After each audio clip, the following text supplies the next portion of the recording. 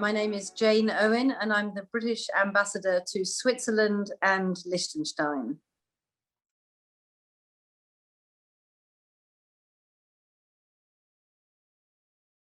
I think it's very clear that everybody who is negotiating a cooperation agreement would do it on the basis of their individual interests. So we are definitely negotiating on a separate basis.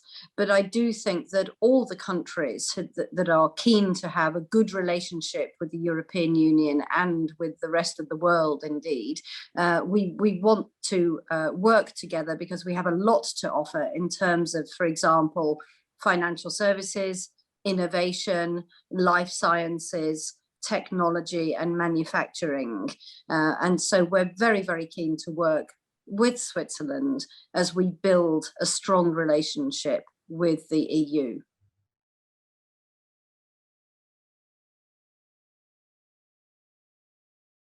Yeah, that's a really good question. I mean, in some ways, we don't really need to do a great deal to promote it, because I think everybody knows that London is one of the great financial centres of the world. And there are certainly an awful lot of people who are in the audience today who are significant investors in London. What we're trying to do as a government, I think, is to look to the future and make sure that we are ensuring that London is also leading the way in the big challenging sectors of the future, by which I mean, for example, what is London doing to promote successful capital markets and investment, including in an economy where sustainability is extremely important. So London will continue to be at the forefront of developments on green finance and sustainability.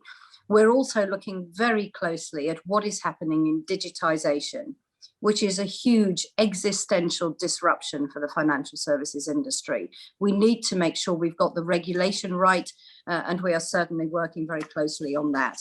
And related to that, tech investment. The UK remains the largest centre for all kinds of investment in Europe in 2020. And if you look at tech investment in the UK, it is still third in the world after the US and China. So we want to help companies to grow in the UK, and we will continue to do that in London and throughout the country.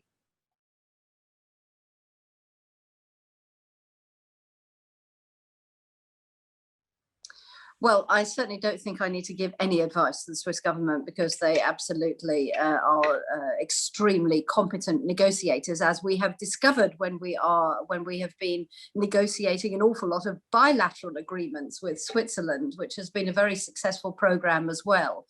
I think all we can do is look back on our own experience of negotiation, and with the European Union, it was very important, I think, first of all, for us to be clear what we wanted. And as you know, famously, we were very keen to regain control of our borders, of our laws, and of our money. And so that was a very important element of it. But also it was important to think about what were the advantages of close cooperation. And that is also very clear. It's clear to the UK, and I think it was clear to the European Union as well. And in that way, you can create a space, a sort of negotiating space where you know you can land somewhere in that space, because you've created the kind of ring fence around the space, which is why now that we have the trade and cooperation agreement between the UK and the EU, we feel that is an extremely good basis, a good fundament for us to be able to move forward in a successful and productive way.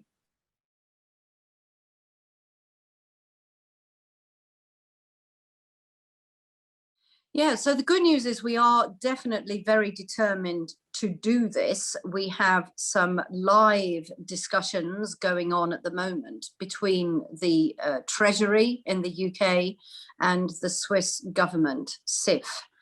which I'm very pleased about. And this is on the basis that we are both very, very significant financial centres in Europe. So clearly we have a lot to offer to the whole European continent and also in the global context. If you look at things like private finance, which is not just individuals, but privately owned companies, about 50% of global private finance is flowing either through the UK or through Switzerland. If you look at commodity trading, including things like gold, which have been talked about a great deal recently. If you're looking at asset management and global financial flows, if you're looking at insurance, where we have very, very deep insurance markets, and also if you're looking at tech, if you're looking at what's going on in Zurich or Zug and what's going on in the City of London on tech, it's very exciting. So clearly there is quite a big landscape where we can cooperate together. So what are we trying to do about that? We're looking at regulatory cooperation at the moment in particular. So we're looking at, can we recognize the great regulatory systems and controls we have in each country? And can we make it easier for companies to do business on the basis of some kind of recognition of our respective regulatory systems? One example of this is insurance. So a couple of years ago, we negotiated an insurance agreement for non-life insurance between the UK and Switzerland. And it means that any company in Switzerland can branch into London, taking advantage of the regulatory recognition of the Swiss market. And that actually gives Switzerland better access to London than other countries from the European Union, which is quite interesting. We have also recognized our stock markets in a bilateral way. So there is now a free flow of business going on between the UK and Switzerland in the area of stock markets. So I think the landscape is ready to do a lot more in this respect. We have a trading relationship that's worth about £20 billion a year in services trade, and we're absolutely determined to build on that.